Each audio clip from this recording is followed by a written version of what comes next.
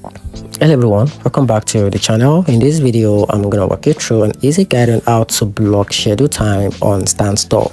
So here's a quick and a straightforward guide on how you can easily block schedule time on Standstill. So let's quickly dive into it.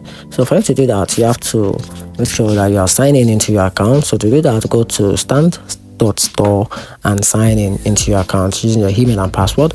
And after that, you have to go to booking. So from your dashboard, click the booking or calendar to view your appointment settings. Then from there, click the availability or managing schedule to edit your booking time.